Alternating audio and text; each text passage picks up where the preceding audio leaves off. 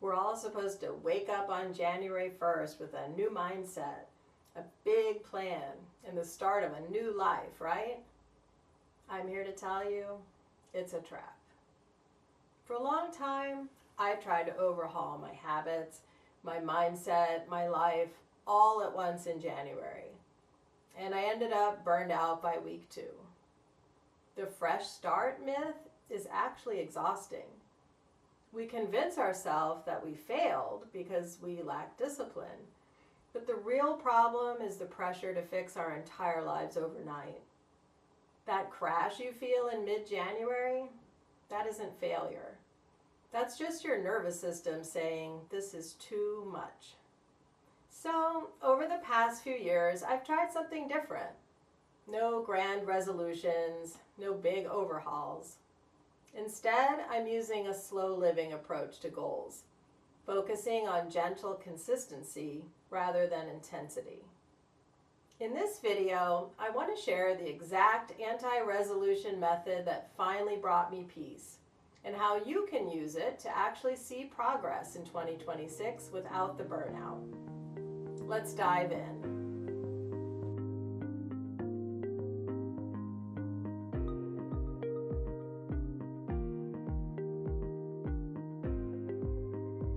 Hi, I'm Mary Beth. Welcome to Peace in Progress, or welcome back if we're already friends.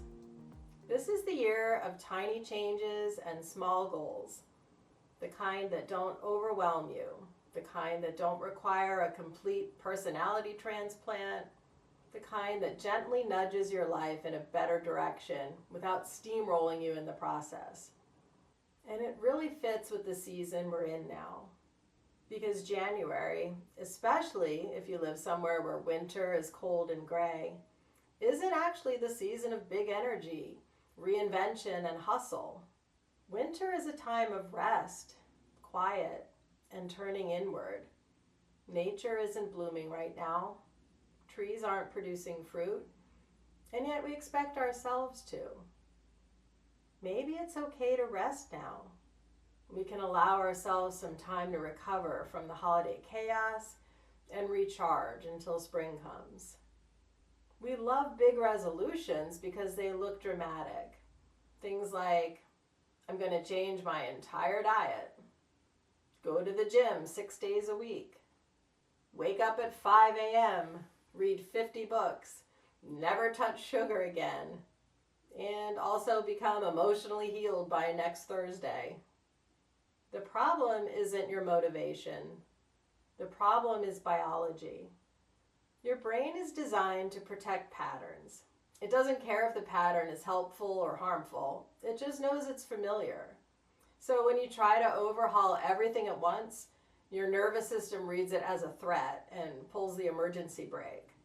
That failure voice that shows up, it's not proof that you're weak. It's proof that you tried to grow too hard, too fast. So a few winters ago, I decided I was going to fix my life in January, probably influenced by something I saw on Instagram. And I went all in.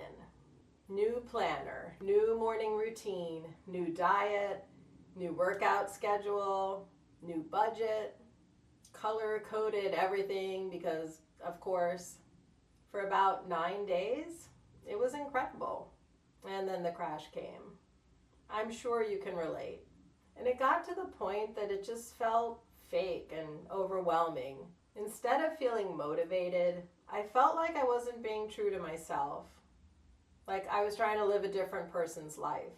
So instead of doing everything, I did nothing. And then came the shame spiral.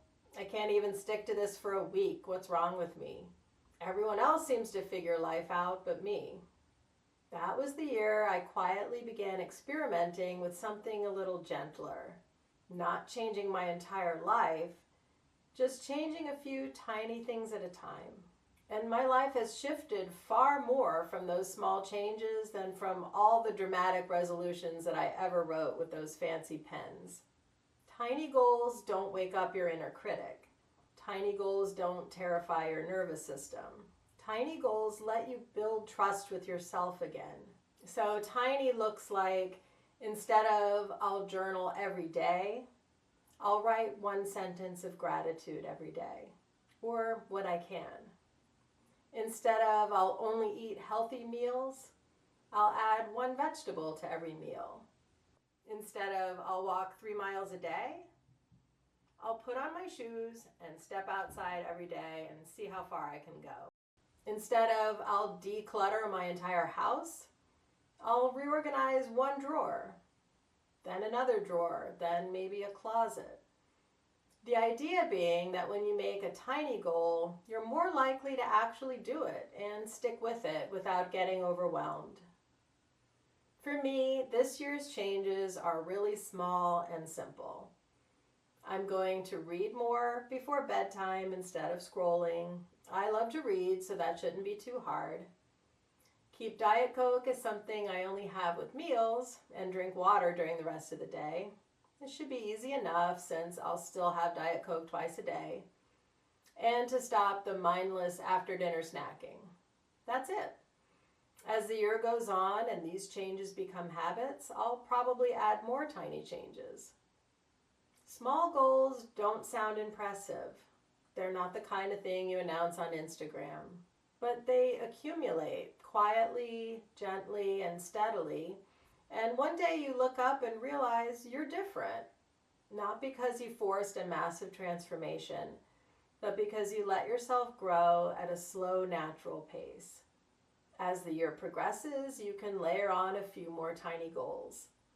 And another thing I think of in January is that this is the coldest and darkest time of the year, so it's natural to feel a little less motivated, especially after the holidays.